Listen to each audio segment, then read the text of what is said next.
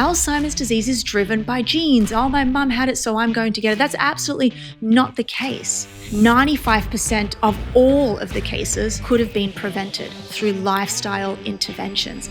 Louisa Nicola is a world-leading neuroscientist and brain health expert. She has dedicated her life to studying the brain. And now she's here to show you how to take control of yours.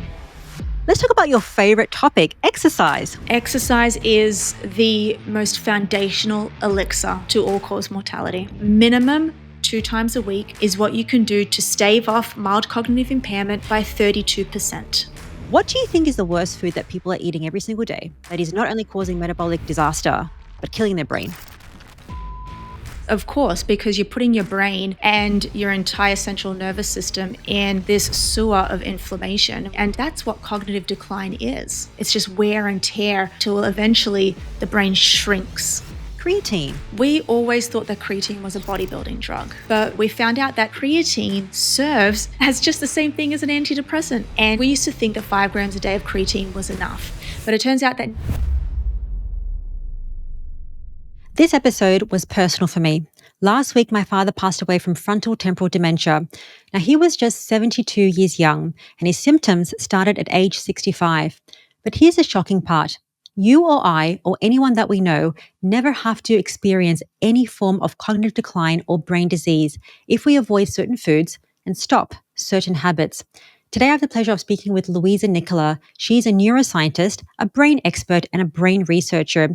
Now, she'll talk about the fastest way that we're accelerating our path to brain disease like dementia, her top 3 non-negotiable supplements that every single person needs to take, and they're free, and the surprising truth about creatine and how that might protect our brain and improve our health. So, Louisa, my first question.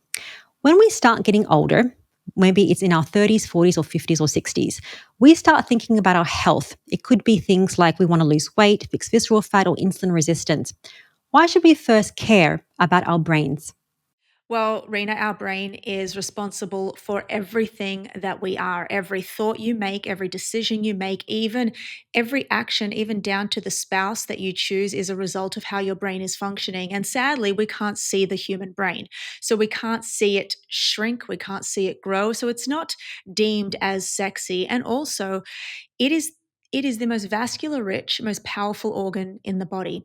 And because of that, it takes a long time to hurt it. We call these insults over time. This is why it's called neurodegeneration. So when we look at like cognitive decline and brain aging, it's a 20 or 30 year process. You don't see it straight away. So people tend to not care about it until they get hit in their 60s and in their 70s. And that's what I'm trying to change. I'm trying to get 30-year-olds to understand the importance of it. Absolutely. Me being 42, and as you know, with my dad's story, I think most people don't really think about it until something hits them or they know somebody that has some sort of brain decline or disease. So I want to know what is actually happening in the brain when we see this cognitive decline. What are we seeing? What's happening? Let's just take a neuroanatomy class right now, and let's think of the brain, right? It's this 2-pound bulge that sits in your skull, and it's made up of fats, it's made up of proteins, it's made up of 86 billion neurons. And neurons are just brain cells. 86 billion neurons, and every single neuron communicates with another neuron. And they do this via synapses and via connections. And it turns out that almost every neuron in the human brain has around 10 to 15,000 connections. And so that's really powerful, right? 10 to 15,000 connections per neuron. So this entire factory is in your brain, and it's working 24/7 to keep you alive. As I mentioned earlier, it's the most vascular rich organ in the entire body. It consists of capillaries, which are 1 cell thick vessels. Then you've got veins and you've got arteries. The arteries are just like the arteries in your heart, which I know that you know what that is because we talk a lot about it during cardiovascular disease. Over time, what ends up happening when we think about cognitive decline, this process takes around 20 years, as I said earlier, and it starts off by losing little signals to each other. So I told you that one neuron communicates with the other via something called a synapse. And I don't know how much you know about neuroanatomy, but if you can imagine the brain cell, it has these antennas that come off of them, and they're called dendrites. And then it's got this huge leg, and that leg is called an axon. And so you've got so many different transmissions happening from the axon all the way up to the cell, all the way out to the dendrites. Between the two dendrites, these chemical reactions happen where we transmit neurotransmitters such as GABA, serotonin, norepinephrine, acetylcholine. It goes to the next neuron. What happens is those dendrites lose density over time. And we'll talk about why that may be. But when they start losing density, they end up breaking off. So you may go from a neuron having 10,000 connections to maybe having 2,000 connections, and then to having no connections, and then eventually cell death. So when we think about the fact that we're losing these connections, if the connections are responsible for how we think, how we remember, how we communicate, that's what cognitive decline is. And dementia, which you mentioned, I don't know if you mentioned this earlier, but dementia is just the umbrella term that is used to describe it. Actually comes from the word demented, because you get demented cognitive states. And that's what we see. That's why some of the first signs of cognitive decline are memory impairment, short term memory impairment. You're not able to think clearly, information processing speed goes down, and eventually over time, it's just wear and tear of these synapses till eventually the brain shrinks. And that's what shrinkage is. It's not shrinkage of the actual cells themselves. It's not dying of the cells themselves. It's just the shrinkage of those connections. So, when it comes to the shrinkage of the connections, how much power do you and I and people watching have over the health of our brain and preventing that shrinkage? Oh my God, this is what my entire life and career is built upon. I'm trying to tell the world that you have all the power in the world. We have to look at Alzheimer's disease, which is one part of dementia. Another one is frontotemporal dementia, Parkinson's dementia, dementia with Lewy bodies. They're all part of the dementia family. Alzheimer's disease affects around 55 to 60 million people worldwide. That number is said to triple by the year 2050. 2 out of 3 cases are female, and we'll get to that in a second. But get this, 95% of all of the cases could have been prevented through lifestyle interventions. 95% of the cases, they're not driven through genes. And that's what so many people still think. We still live by this theory that Alzheimer's disease is driven by genes. Oh, my mum had it, so I'm going to get it. That's absolutely not the case. It is not the case here. We have genes that increase the risk of getting it, but it doesn't mean it's a foregone conclusion that you're going to get it. So if 95% of the cases could have been prevented through lifestyle, that means that you and I have all the agency in the world to protect our brain and to enable it to thrive as we get older. And there's many things that we can do to do that, but I will tell you one thing.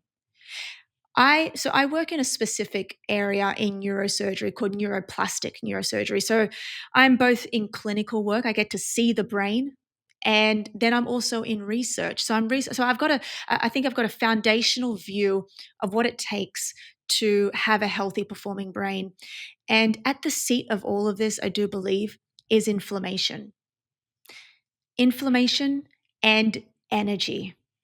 So I'm more than happy to move into what is this? Why are we seeing women? Why are we seeing 2/3 of Alzheimer's cases female? We used to think, is it because we live longer? It turns out that that's not correct. So let's talk about the things that we're doing to destroy our brain. I have specifics, but I do want to talk about high level. So you spoke about inflammation. Now, something that is very pertinent to my audience, they're hearing a lot about is insulin resistance. And that is called Alzheimer's can be known as type 3 diabetes in the brain. So it's the elevated blood sugar, elevated insulin. How does insulin resistance correlate to a degradation in your brain? We all think of insulin as a hormone, and rightfully so. But in your brain, it's actually a transporter. It helps glucose actually be transported into the cell for us to use it better. Now, the primary fuel in the brain is glucose. I don't care what anybody says, that's what the brain uses glucose for energy unless it's in a ketogenic state, and unless you feed it ketones. So if we get our brain to an insulin resistant state, it will mean that our cells in our brain cannot uptake glucose properly. And so what happens then? It means that we have a reduction in brain energy metabolism. And we see this in females specifically during the ages of around 45 to 55. But specifically, if we have a brain that is not able to use this hormone correctly, it's not able to transport glucose efficiently, everything goes down from there. We have an energy problem. And I told you earlier, it's about your brain is around 2 pounds, 2% of your entire body weight, but it actually takes 20% of the total calories that you eat. So it's a hungry organ. So if it loses its energy demand and its energy supply, it starts to die off. Interesting. So when it comes to the insulin resistance piece or elevated insulin, do you know what is a high number for fasting insulin that somebody could say that number is going to correlate with metabolic disease, including brain decline? Well, look, it's actually really dependent on, I mean, if we're looking at HOMA-IR, if we're looking at insulin, if we're even looking at hemoglobin A1B, A1C, you want to, standard precautions is below 5. But for me, I want all of my patients and all of my clients to actually be below 3 for a hemoglobin A1C. For fasting insulin? No, not for fasting insulin. That is for HbA1c. Under 3? Yeah. Okay, that's like Yeah. really aggressive, I guess. It's very aggressive. Yeah. Well, standard measures now is under 5. Let's unpack more of those markers a little bit later. I want to talk about diet and how that impacts brain decline and inflammation, as you mentioned. What do you think is the worst food that people are eating every single day that is not only causing metabolic disaster, but killing their brain? Sugar. Sugar, refined carbohydrates, of course, because you're putting your brain and your entire central nervous system in this sewer of inflammation. And we've got neural inflammation, by the way, which shows up as a headache, which shows up as brain fog. But if you're in this chronic inflammatory state, which you can also test with HSCRP, if you're above a 2, then okay, we can test this with a 24-hour cortisol spit test. But if you are in this chronic inflammatory state, it is doing so much damage to your brain, and your brain is already at the mercy of insults. And the insults that occur are just air pollution, toxins in the air.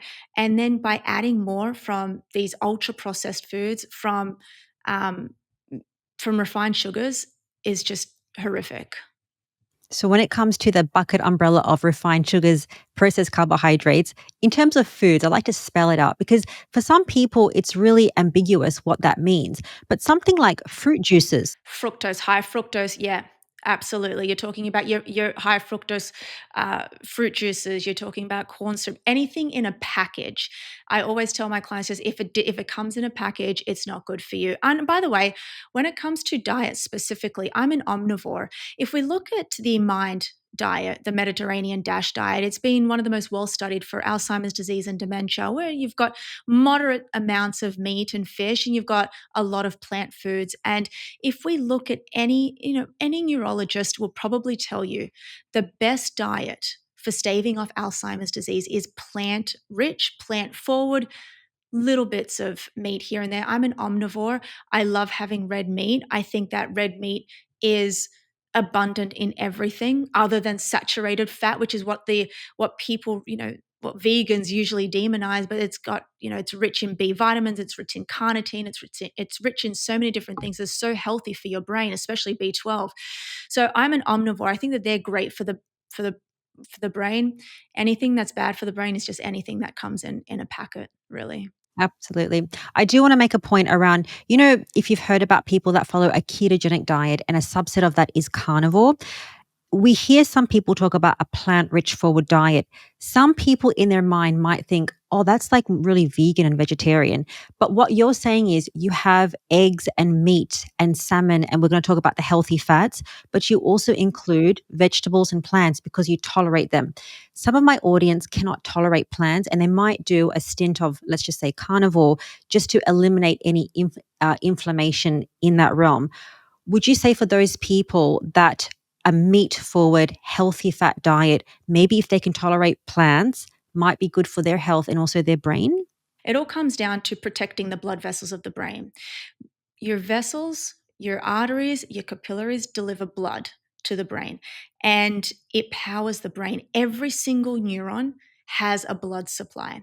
And if we cut off that blood supply, and this actually tends to happen in the capillaries, which are one cell thick, if you have just a minor increase in your blood pressure. If you are hypertensive in any way, I'm talking anything over a consistent basis, not when you're exercising, anything over 120/80 can actually kill off these tiny little capillaries. Now, when these tiny little capillaries are broken off, that means a certain part of the brain loses its blood supply.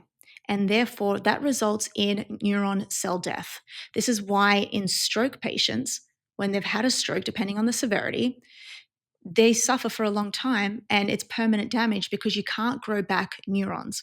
Okay, I hope that makes sense for the audience that might be doing carnivore or eliminating some sort of plant foods just to lower that inflammation, because humans tend to be primarily omnivores. Where we get into trouble is including these ultra processed foods and refined sugars and packaged foods. So it's really unprocessed foods and including the healthy fats, which we're going to talk about.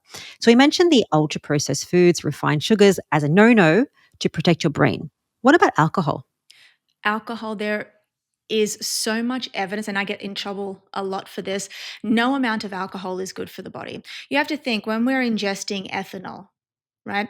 We ingest it, it ends up going down into the liver and it turns into acetaldehyde. And acetaldehyde is poison. It literally kills brain cells. And we've got a really great study that was done from the UK Biobank where they took both men and women and they categorized them as moderate drinkers, which was around 7 drinks a week for a female and around 13 to 14 for a male. And they took MRI scans and PET scans and showed what is actually happening in the brain. And there was two things that happened. The first one is they had reduced gray matter volume. So gray matter, it's the cortex. It sits on the outer part of your brain, and that is responsible for what we are doing right now, our thinking, our motor control. So they had a smaller gray matter volume, but the worst part is they saw white matter lesions. Now, back to our neuroanatomy lesson, I told you that every neuron has an axon, and that axon is where all of the white matter tracks lie. So the axon is coated in this insulin, is this insulated by this fat layer, and basically what happens there, that's how we transmit thoughts and speed. And if we were to look on this if we were to look at this in a clinical study and just say we're checking for conduction speed and conduction velocity for maybe somebody who may be suspected to have multiple sclerosis, we would see thinning of that white matter. It's called the myelin sheath. And they're these deep white matter tracks. And moderate drinkers have tiny little lesions in those white matter tracks. And some of them had thinning of those white matter tracks, meaning that they are actually accelerating their cognitive decline, which I thought was, so interesting. So alcohol is absolutely detrimental. And I'm talking all forms of alcohol. I'm talking whether it's spirits, I'm talking wine, all forms of alcohol. Now, I will say there is this camp of individuals who believe that alcohol can downregulate inflammation and make you feel calm and activate the parasympathetic nervous system.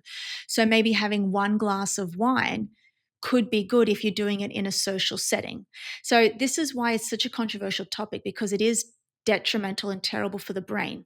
However, having one glass of wine per week has been shown to have no harmful effects. So the way that I want to conclude this and think about this is think of your brain as a loading system. how much load have you put on your brain today? Have you been extremely stressed at work? Have you been filling your brain with ultra processed foods or refined carbohydrates? Are you in sleep deprivation? That has put a lot of load and a lot of stress on your brain. You don't want to go then and put another glass of alcohol on top of that and get diminishing returns. Absolutely. I don't drink alcohol, but I know some people tend to be moderators or abstainers, if you've heard of that concept. One turns into five or 10 as opposed to just that one. So, yeah, no amount of alcohol is healthy for the brain or our health. And as you mentioned, some people do say that, resveratrol in wine and all these different things that might be healthy for. Yeah, not Yeah, good. absolutely been debunked. And that's actually, you would have to have about 100 glasses of wine to get to that level of resveratrol. Now, as Louisa mentions, our brain matters, and we have control of whether our brain declines or whether we improve our brain's performance. And later in the episode, we'll talk about all the easy strategies that we can do to improve our brain performance. But here's the thing. When it comes to the brain, people think about diseases like dementia, but our mental health is as important. And what I mean by that is our thoughts, our emotions, our feelings every day. This is as important. And I know this because I suffered from a mental health issue from a very young age. And to be honest, I used to get advice from very well meaning family and friends, but I found that their biases and their opinions really left me feeling judged and stuck. And then I realized I needed an outside perspective, somebody that wasn't involved in the situation to really give me a different point of view. And that's where therapy gave me that safe, judgment free zone to really work through what I was going through. And that's why I'm glad today's paid partner is BetterHelp. BetterHelp is on a mission to make starting therapy easier. Now, unlike family, friends, or even strangers that might not understand your situation quite perfectly, therapy gives you a safe space with someone trained to help you work through what you are going through. And therapy is not about quick fixes. It's actually about long-term growth and support. And to that end, BetterHelp has designed their therapist match commitment to make this possible. BetterHelp uses decades of matching expertise, clinical experience, and your preferences to match you with someone that makes sense for you. And if it's not working out, you can switch at any time at no extra cost. And for me, my therapist gave me something totally different. It wasn't just about solutions. It was about offering a different perspective, which shifted the way that I saw the situation and ultimately my behavior, the way that I acted, and my life. So if you're feeling stuck, you don't need to wait. There is the right therapist out there for you, and BetterHelp can help you find them. To get started, simply click on the link in the description of this episode or just head to betterhelp.com/primal podcast to get 10% off your first month of therapy. Okay, let's move on to solutions, talking about brain health and how to prevent the brain decline that people are experiencing. Ketones. You said that the brain operates on glucose. It's a fact. However, ketones are really good for the brain. Why? Beta hydroxybutyrate, ketones are, it's, if you can think of it as cleaner fuel, it uses it more efficiently. And especially in carriers of this gene called ApoE4, apolipoprotein E4, all of us possess one of these apolipoprotein genes. And if we are an E4 carrier, we increase our risk of getting Alzheimer's disease. If we carry two copies of this gene, then we double we increase it even more, just increasing the risk. So it's been shown that ApoE4 carriers actually utilize ketones in a much more efficient state than using glucose. So it's not, I mean, I think everyone should try ketones because when I actually have exogenous ketones myself, I have lasting brain energy. For some reason, my appetite is suppressed and I feel like I've got cleaner mental energy. It's like having a coffee without all the jitters. Oh my God, that's amazing. I love that. What if somebody doesn't take exogenous ketones, but they endogenously, so through their diet, increase their ketones, perhaps through a higher fat, lower carbohydrate protocol? Would that work? It would. And, we can actually now, we can measure, you can measure it through a pinprick test, whether you're in ketosis or not. The only hard thing there, because we've gotten a lot of our patients to adopt a ketogenic lifestyle and a ketogenic diet, we've done these blood tests, in the lab, like religiously. And I just know that it's so hard to get out of it, like one grape or maybe a Coke Zero which is what one of my patients go to, are going to kick themselves out of that ketogenic state. So I'm always telling my patients to supplement with exogenous ketones. So, what's the brand or any exogenous ketones that you would recommend? So I currently am using, no affiliation, but I'm currently using Ketone IQ. It comes in like it's a liquid form, and it's easily digestible. I do it when I'm like, when I've got like a 16-hour day ahead of me, and it just fuels me for about 16 hours. Perfect. Okay, I'll leave that in the show notes. Let's talk about ketogenic diets. You have a patient story, a patient who had a glioblastoma, and it shrunk. Wasn't my patient story, but that was the that was the study that showed that the actual tumor, the glioblastoma, which is the most aggressive brain tumor, which has an almost zero survival rate, when placed on a ketogenic diet, this tumor shrunk. And I forget the lab that it was done out of, but you've interviewed him. Professor Thomas Seyfried. Yes, yeah. So he was involved in this as well. And I thought that that was absolutely phenomenal, because when it comes to brain surgery, which is what I'm in, and we're looking at glioblastomas every day, we're looking at tumor resections, it's almost near impossible to see a shrinkage of that type. And later on, when we talk about exercise, I'll also bring up another phenomenal uh, study that actually showed that certain parts of exercise combined with a ketogenic diet can shrink prostate cancer. Wow, amazing. It's just amazing the lifestyle things that we can do to not only fix our brain, but our entire health. I want to understand fats for the brain, because that's amazing. Why is quality fat important for our brain health? Well, so here's the thing that people get confused. First and foremost, dietary cholesterol can't cross the blood brain barrier. Now, we know that the brain is rich in fat. I hear a lot of people saying to me, Louisa, but the brain is full of cholesterol. It's not the type of cholesterol that you think, not the type of cholesterol that's in butter. What the brain is made of is, yes, it's made of fat. And the largest proportion of the lipids in the brain is both made of water and lipids. Around 60% of the total lipids in the brain is actually made of DHA, and DHA comes from EPA and DHA, which comes from fatty fish. And I think that that is phenomenal to touch on, because a cholesterol molecule, dietary cholesterol, if you're eating something high in saturated fat, the dietary cholesterol can't actually cross the blood-brain barrier, which is why I don't understand when people say that they're eating avocados or they're eating certain types of foods because it's good for the brain because of the fat components. That's not true. We actually have to look at what is the brain actually made of. And if it's made of DHA, then we can actually go through and think, well, am I having enough fatty fish in my diet? Is my omega 3 index high enough, which it should be around 8% or more? US standards, the average is 4% or less. So that's the type of fat that it's made of. And another thing I wanted to point out is ApoE4 carriers, as I mentioned earlier.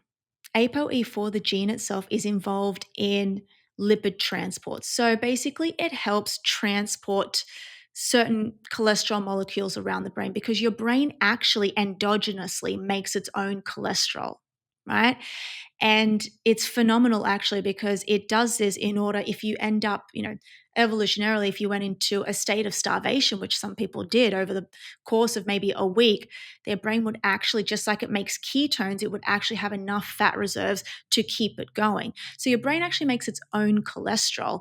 And then ApoE4, it's not a very good carrier of that cholesterol through the brain, which is why in ApoE4 carriers, they've got an increased risk of accumulating certain plaques called amyloid beta and these other toxic proteins called tau proteins as well. So fat is good for the brain, but not the type of fat that is you're getting from your actual diet.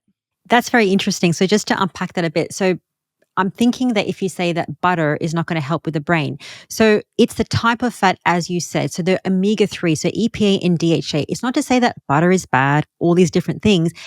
If you want to fix your brain, you need these certain fats. And then you see that in fatty fish. What other foods are high in omega 3s? Well, look, so omega 3s are made of ALA, DHA, and EPA. And I don't usually mention ALA because in order for us to actually get the component, which is it has to be actually converted to EPA and DHA.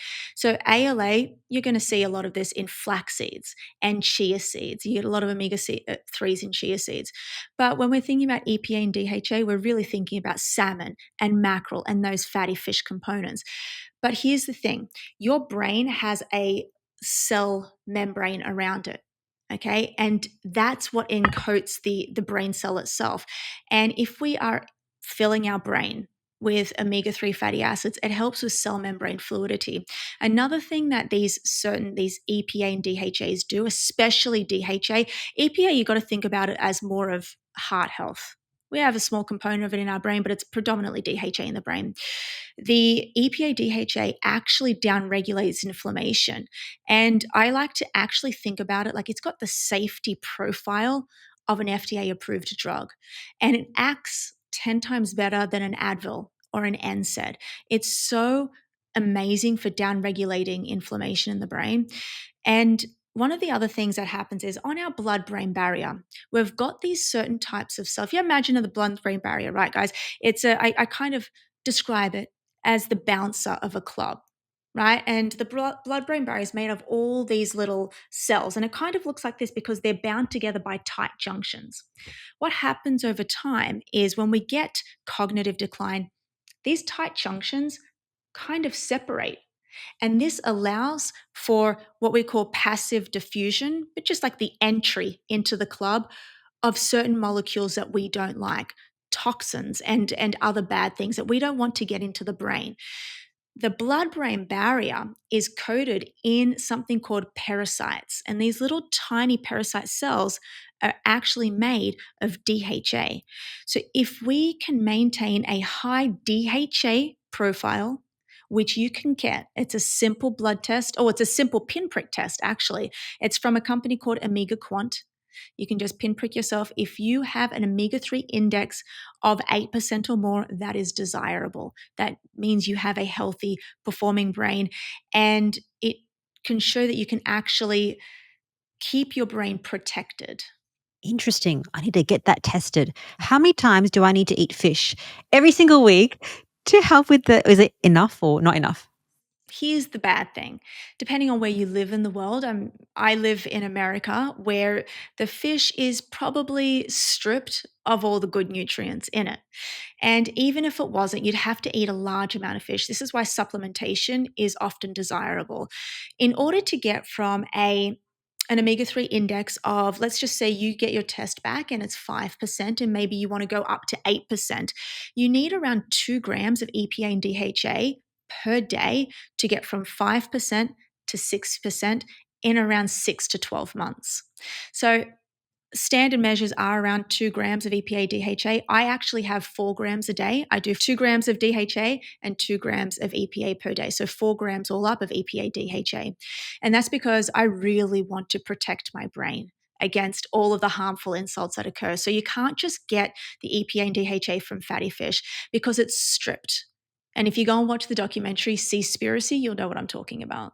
Well, that sucks. I like to get things from the diet. So I need to know, what is this supplement that I need to take? So if I want to take the DHA and EPA, as well as my audience as well, what is a brand that's good? Because, you have to look at the ingredients to see where it's sourced from as well. Supplements are highly unregulated. They're not FDA approved drugs. They're an unregulated industry. And it turns out that here in the US, there was a study that was done where they took all of the popular omega-3 fatty acids, and there was around 75 of them. And every single one of them exceeded the oxidation level. So that means that they're actually rancid. So omega-3 fatty acids have to be really manufactured carefully from the sourcing, where you're getting them from. Are you getting them from fresh water? Are they getting, where are you getting them from? How are you putting them into the capsule? And are they oxidized? And how are they actually delivered to you? And this is all of the things that I actually check before I get anything. So if you're going to, when we talk about creatine is the most widely studied supplement on the market and the safest. But when it comes to omega-3 fatty acids, you have to really know the brand and the manufacturing. There is a phenomenal app called Suppco, Suppco. And if you go on this, they are probably the first and only company, I think, that actually goes and does the testing on all of these brands. They don't have their own brand. So you can go on there and you can see any brand that you want, and you can see the quality. And they do this special thing. They have a special score on there, and they do a scoring it out of 0 to 10. So they actually do all the hard work for you. Okay, perfect. So that is supplement number one, that we need the EPA and DHA. If you go to that website, I'll link it in the show notes so people can do that. Supplement number two, you're famous for this, creatine. Why is that so good for the brain? We always thought that creatine was a bodybuilding drug, right? And that's what it was touted as and marketed as in the 60s. But as it got more studied, it's the most widely studied supplement on the market, we found out that it is so good for the brain. So, first of all, we produce our own creatine naturally, and it actually gets produced in the liver, and we only produce around 2 grams a day. And we need this for cell energy metabolism. It actually helps. So what happens in your cells, you have a little area, you have this little organelle called the mitochondria. And we've got thousands of them in almost every cell. They're really dense in muscle tissue, but we've got them in our brain. And that's responsible for how we produce energy. And we produce energy using something called ATP. And creatine helps with ATP, and it helps create energy. So it helps with cell energy metabolism. So that's great, right? We all want more cell energy metabolism for us to think better, contract our muscles harder and faster. But 3 grams a day, 2 to 3 grams that we produce on our own isn't enough. We used to think that 5 grams a day of creatine was enough, but it turns out that 95% of the total creatine stores in your body is actually stored in the muscle tissue. 5% is stored in the brain. So now, I don't know if you've seen the studies. Now, I've actually been telling people that every single person should be on creatine. Every single person should be having creatine on a daily basis, but every single person, depending on pathology, depending on age, depending on where you are at on the spectrum, should dose it accordingly. And the new standard dosing measurements are around 10 to 15 grams. And this is because the latest research shows that we lose a lot of the bioavailability when it crosses the blood-brain barrier. So if you're going to have 10 to 15 grams a day, that means you're going to saturate both your muscles. It goes to the muscles first, and there's still some stores over that's left for the brain. Very interesting. Somebody might be thinking, well, Louisa, listen, I eat meat, and some doctors tell me I don't have to take any supplements. What would you say to those beautiful people just to open their mind? First of all, if you have 100 grams of beef, you're only getting around 0.5 grams of creatine. And even then, you have to think about mastication and chewing and bile acids. The bioavailability is not there. So you're barely getting any when you're having steak. You may be getting a little bit of carnitine, a little bit of creatine, but you're getting nowhere near enough in order to withstand the harmful insults. I said earlier, your brain needs to be full of energy, right? I know you've had Dale Bredesen on the show, and he speaks about supply and demand. If we have too much demand, which we do, that's why we are going into cognitive decline and why we have this brain energy crisis, especially in America, but it's actually a global crisis. Alzheimer's disease is the number one cause of death amongst women in the UK. So we have this energy crisis because we've got too much demand. Our daily activities, the environment, our food, our lifestyle, the phone, the lights are robbing our brains of our energy. So we need to have as much energy as possible, which is why supplementation, and I say this I'm telling you, I give my patients in neurosurgery, we are giving them actual creatine, because not only does it help with cell energy metabolism, it's been showed in clinical trials with humans to have the same effect as an SSRI. You imagine this.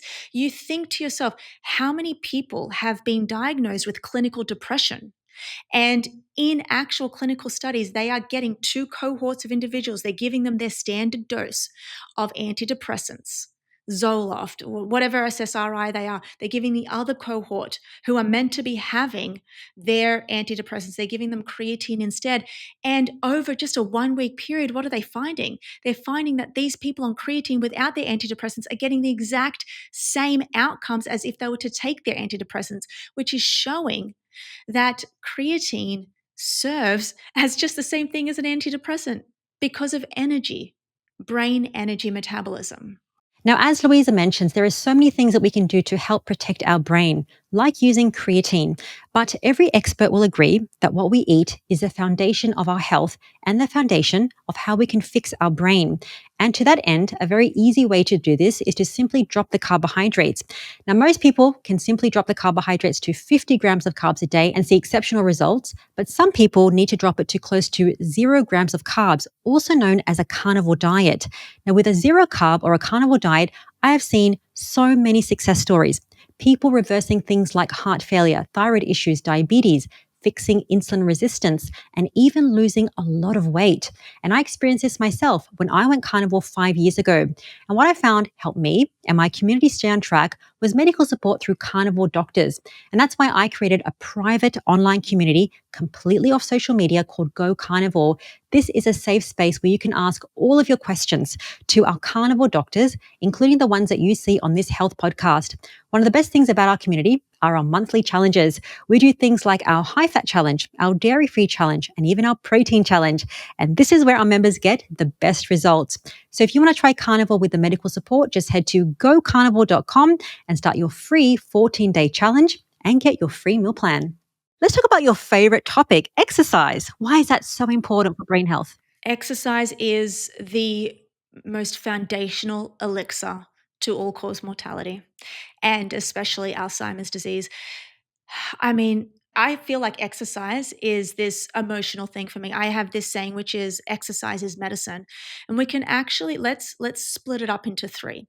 Let's talk about cardiovascular exercise, your long runs, and we'll talk specifically about the brain. What does it do? Well, first and foremost, you're getting a delivery of blood because you're increasing your heart rate over a long period of time. So you're getting this all this fresh fuel for the brain, which is fantastic.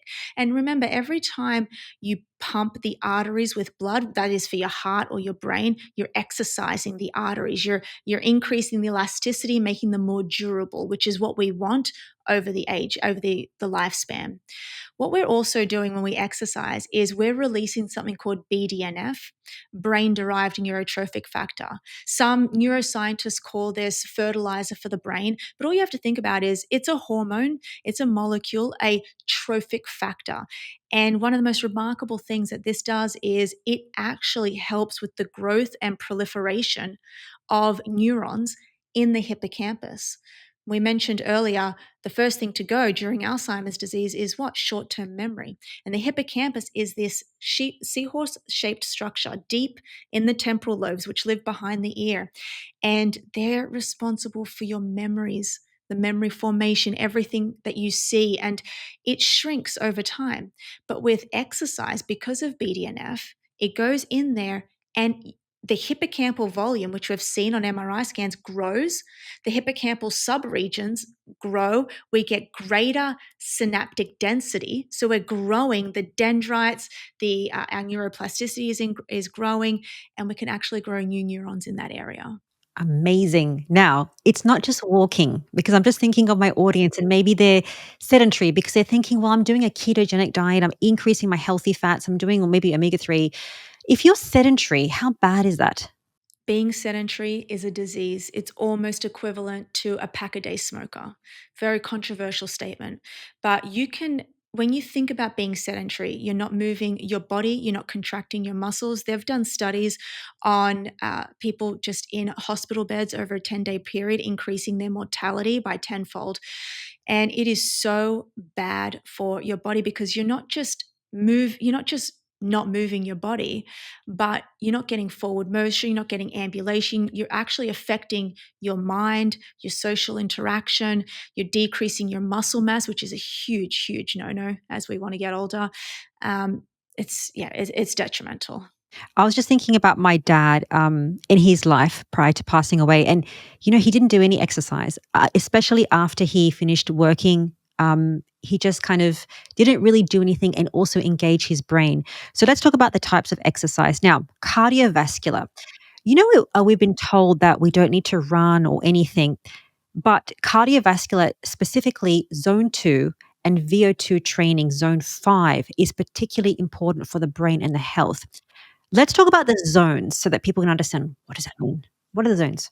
Yeah, these are really good to understand for everybody. Zone one is, what we're doing right now. Zone one is we're sitting down. We're not really taking up that much energy. The next one above this is zone two. And this is where you are not in this so-called alactic zone. So we're using lactate as a fuel source. We're training within the mitochondria. It's when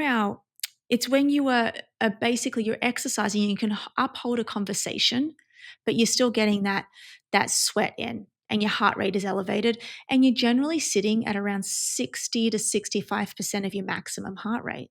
Depending on how fit you are, that could be a walk, it could be a slow run. More than likely, it's a walk. Then we go up to these zones. I call them the dead zones. I hate them. Zone 3 and zone 4. And then we go into zone 5, and I call that the death zone. Zone 5 is when you're at that 90 to 95% of your maximum heart rate. Let's just say, for example, your maximum heart rate is 100. That means that if you're at that zone 5, you're at around 95 beats per minute. That's 95% of your maximum heart rate. And we want to be reaching that zone at least 20 minutes per week. A lot of people, we've been on this bandwagon of zone 2. I don't know if you've noticed this. Everyone's talking about zone 2, and rightfully so. It's fantastic, right? And I think it's great, but I think we put too much emphasis on it. We don't put enough emphasis on that zone 5. I don't like zone 3 and 4 because it's a nonsense zone. We don't know where we are. You're in this, you're not really doing that much to help you. You're really just increasing inflammation in those zones over a long period of time because it's not so hard that you have to stop, but you're going really hard in that alactic zone for around 50 minutes. And I don't like it. That's why I'm not a huge fan of like Orange Theory or HIIT classes. Okay, so let's center on the things that people need to do practically, the easy part. So you mentioned the zone 2, that it's not as important as people are saying, because I've seen a lot on the internet about zone 2. And when my father passed, I was like, okay, I got to start doing zone 2 because I'm doing the walking, the resistance training, which we'll talk about. So you're saying that we, the audience, doesn't need to do zone 2 particularly. Why? So it's not that you don't have to. Now, here's the thing, we are different to men. There is differences in men and women. And this whole zone 2 theory really came from lactate utilization in terms of how can we stave off maybe getting cancer and how can we increase the amount of mitochondria. I mentioned earlier that we've all got mitochondria in our cells, and mitochondria are responsible for energy and the production of energy. So more mitochondria in theory is great, and that's called mitochondrial biogenesis. We get this a lot from zone 2, but if you actually have a look, who made zone 2 popular? It was Peter Attia and Inigo San Milan. And they theorize that if we just do a lot of zone 2, then we will improve the efficiency of our mitochondria. And that is true, but it turns out that women actually don't need to do that because we have more mitochondrial density than men. What we need, so when I say I don't prescribe it, it's mainly for females because I believe that females should be training in the zone 5, doing heavy resistance training, and that's all they need to do. And I always think that zone 2 for females is a supplement. Zone 2 should be a supplement. Go out on the weekends if you've done everything else. Go for your long bike rides, go for your long walks, whatever that is. Spend time with the kids. Do it then. Don't make it your sole effort because that's what people were doing. When we were thinking about that whole 3 hours a week of zone 2, we were seeing an influx of all of these people not taking the zone 5 into consideration, which is far more important than zone 2, and then really sticking to zone 2, and it really bugged me. I think that many people would appreciate that because people are low on time, so they need to kind of fit in the exercise. So let's talk about zone 5. I'm very interested in this. How do we do it each week? Okay, so first of all, I want to talk to you about the positive effects of zone 5. And this is actually coming from a really great study from Ben Levine. He's a sports cardiologist, and he's done this phenomenal study where he took a group of 50-year-olds and he subjected them to zone 4, zone 5 training, like really rigorous training over the course of 2 years. And what he did was he took photos of the heart. He took it 3D images, MRIs, EKGs, did everything to have a look at the hearts of these 50-year-olds. What he found over the course of 2 years, he reversed the age-related decline in their hearts by 20 years, effectively making these hearts 30-year-old hearts. So he reversed 20 years of heart damage. Your heart, as we get older, just like your brain, undergoes wear and tear.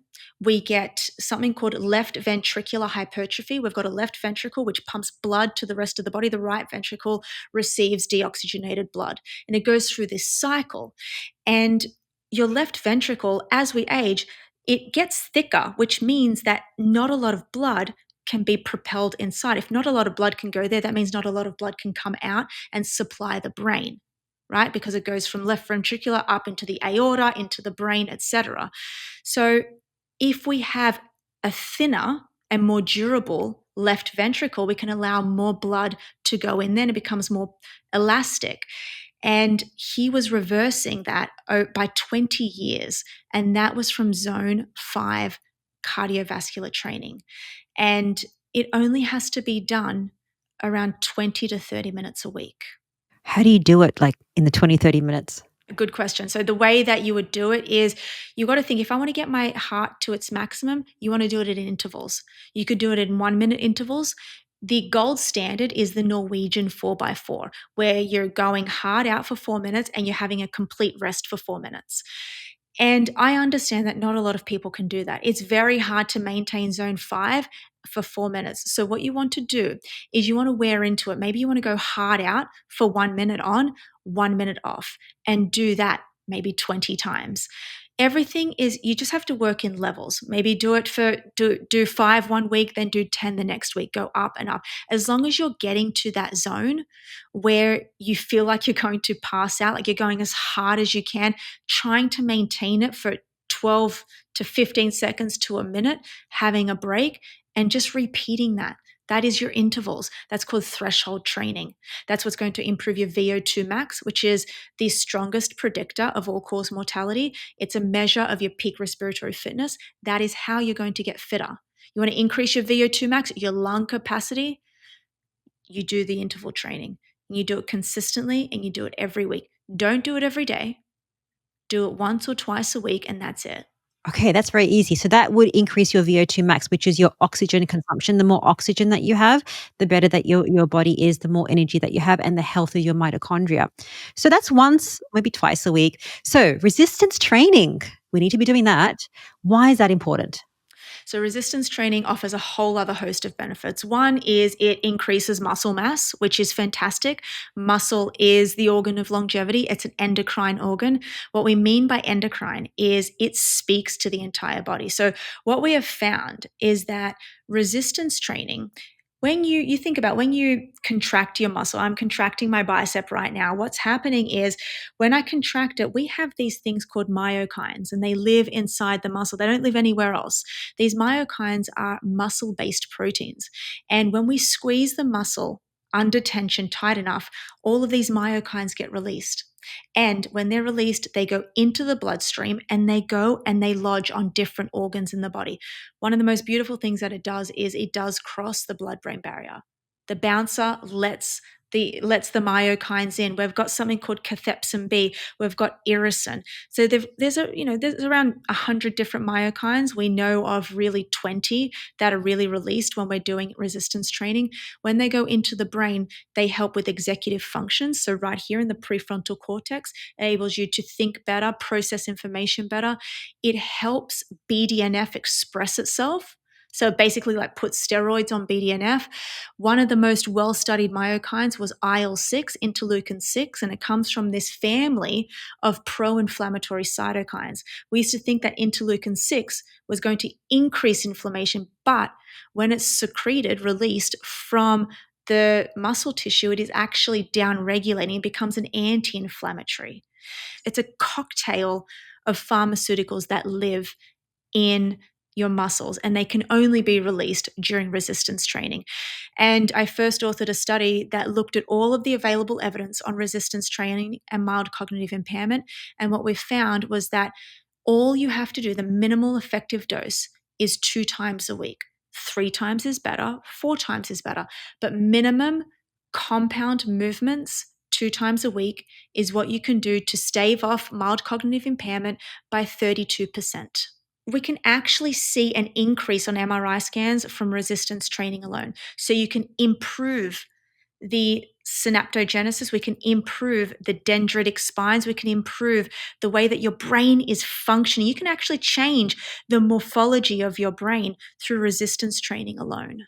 That's amazing. So if we do the foundation, which is 2 or 3 resistance training compound movements exercises, so that is going to increase those was it the myocytes you said? Myokines, yeah. Myokines is going to go through the blood-brain barrier, so it's going to help your brain as evidenced by an MRI scan. And then also, if we do the zone 5 training once a week, about 20 minutes, 1 minute on, 1 minute off. I think that's really, really doable. What is a place of walking? Walking is phenomenal as well. Okay, I walk every day because we need steps, and we've seen that actually we used to think it's 10,000 steps. It's only around 7.5 to 8,000 steps per day is the minimum that we need. Now, I want to just talk about one thing, which is cancer. Right? We mentioned it earlier with the glioblastoma, but what we're seeing as well in cancer research and in exercise is that when we are at that zone 5, right, we've got this thing called shear force of blood that's being shunted through the body because we're going, we need, like, we've got all this blood going through the body. What's actually happening, what they found in cancer research and chemotherapy research is that when we have a tumor at stage 1, right, let's just say we've got one tumor, what happens, the way that it metastasizes is little parts of this tumor breaks off. And these things, when it breaks off, it's called circulating tumor cells.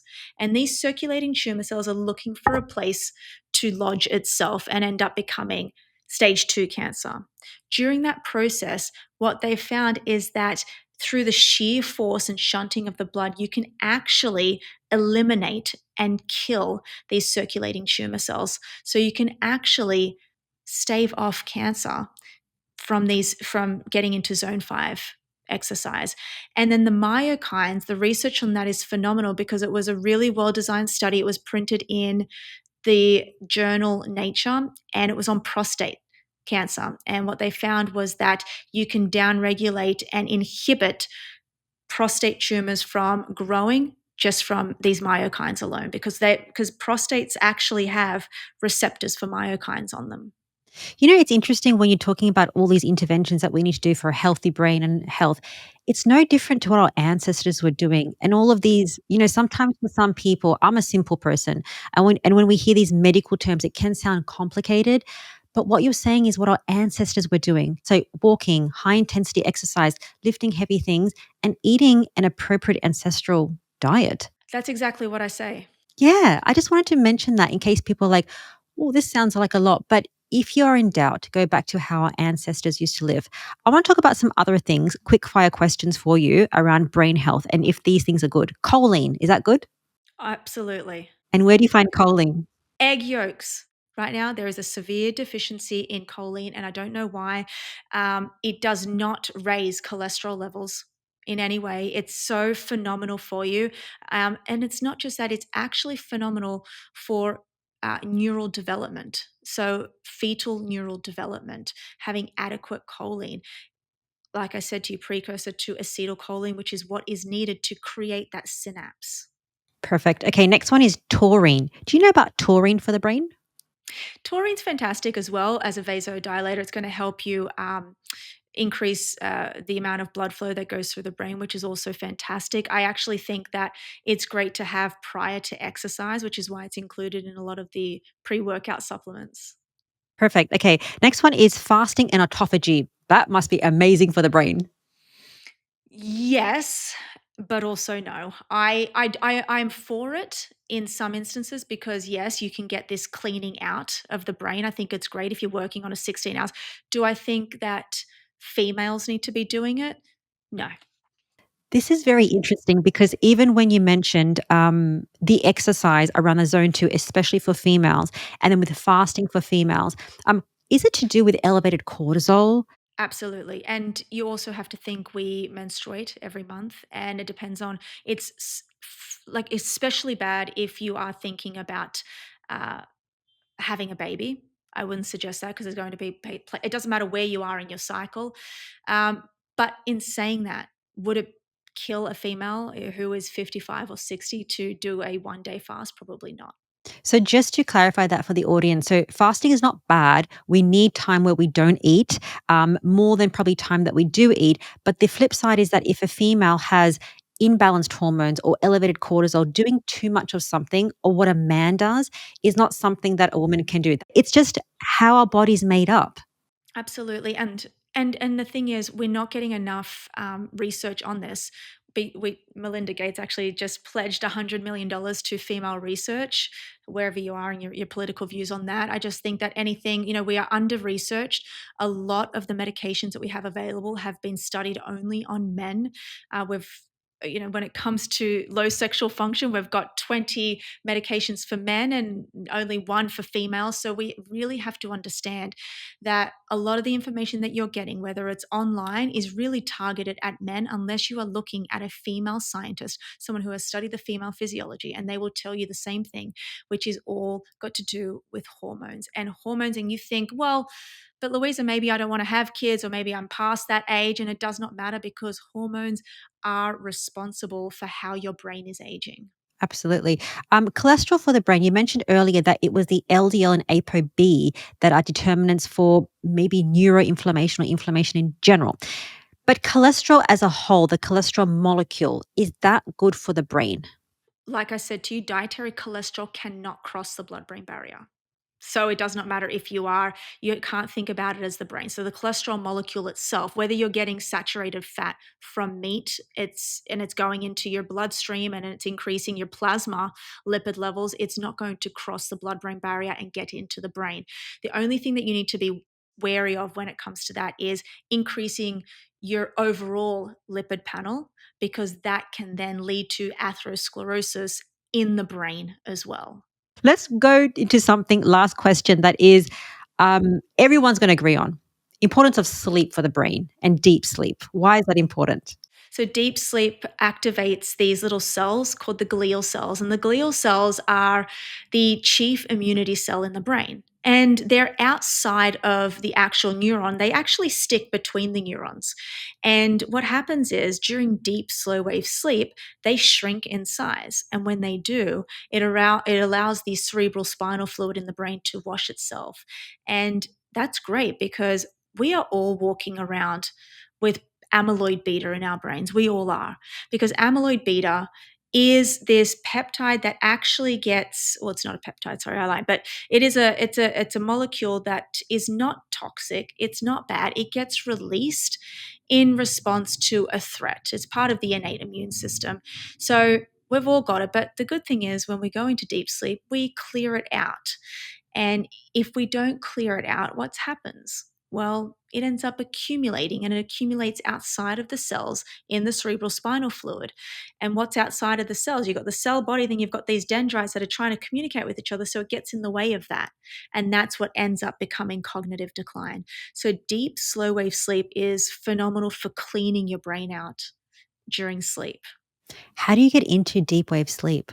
Well, that's the $1 million question, right? What kicks you out of, deep sleep, wave sleep? Well, light, stress, activating your sympathetic nervous system will kick you out of deep sleep. Alcohol, probably one of the worst things you can do for your sleep.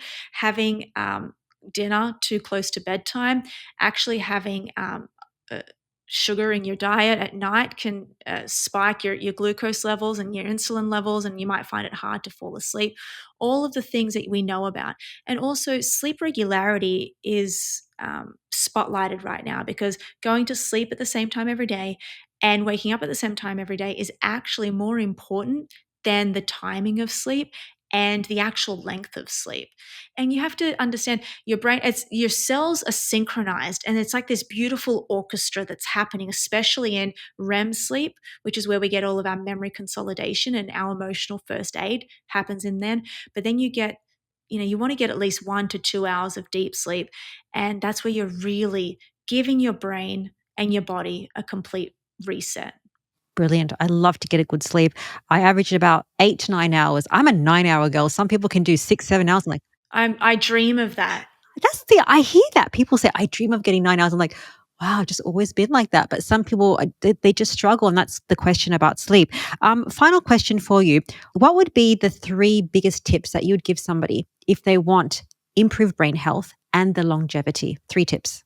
Okay, so tip number 1 is exercise. Learn to love exercise. I don't care how, learn to love it and do it every single day. Move your body, because that is going to help your brain as you age and your body as you age.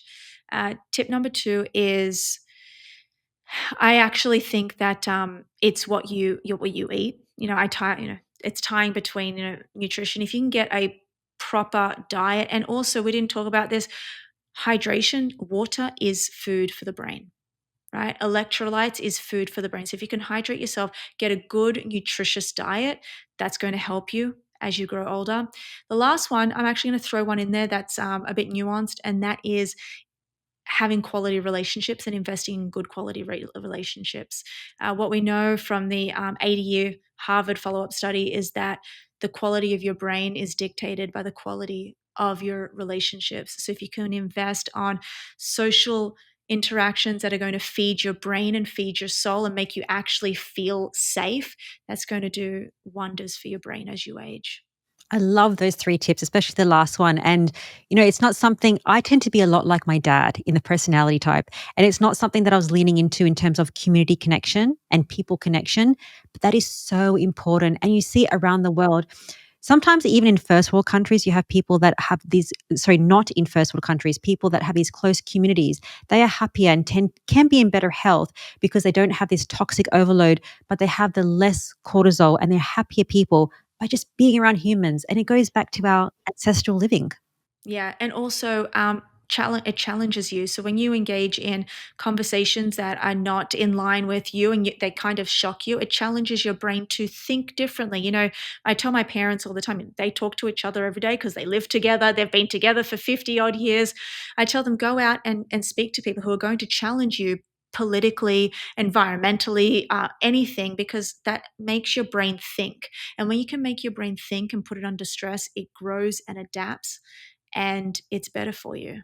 Brilliant. Well, Louisa, thank you so much for your time. I'm going to leave all your links in the show notes so people can check you out more.